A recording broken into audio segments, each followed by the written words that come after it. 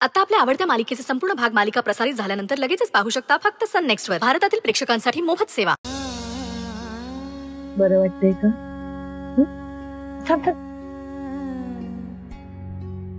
सावकाश सावकाश. तू बस, मी मावशींना पाठवते, कॉफी घेऊन येतील.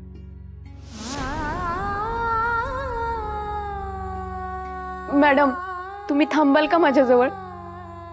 मला माझ्या आईची आठवण आली. तुम्ही माझी काळजी घेत होता ना, माझी आई बी अशीच काळजी घ्यायची.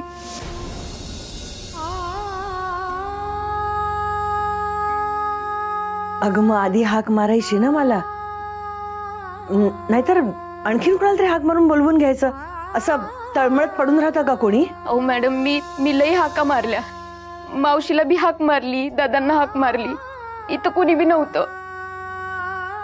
शिका होती, तिला हाक मारली, तिनं बघितलं आणि दुर्लक्ष करून निघून गेली. मनोज, मनोज.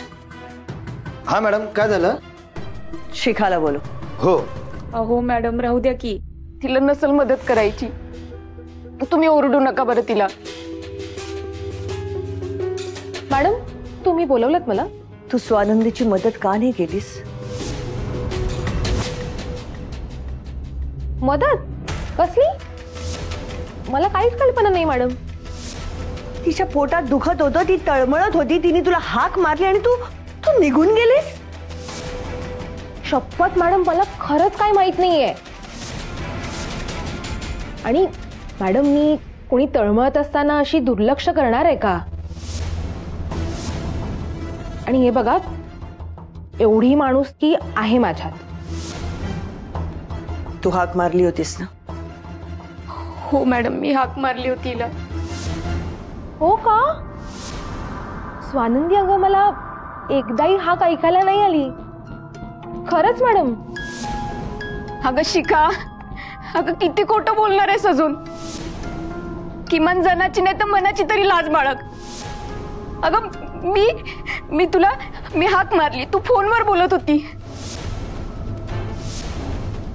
मला वाटलं तू येशील मदतीला, पण तू दुर्लक्ष करून निघून गेलीस. तुझ्या अशा वागण्यापायी एखाद दिवशी कोणाचा तरी जीव जायचा. शांत शांत, त्रास तुलाच होणार आहे. अगं कोणी दुश्मनाशी बी असं वागत नाही. आणि मी काय वाकडं केलंय ग तुझं?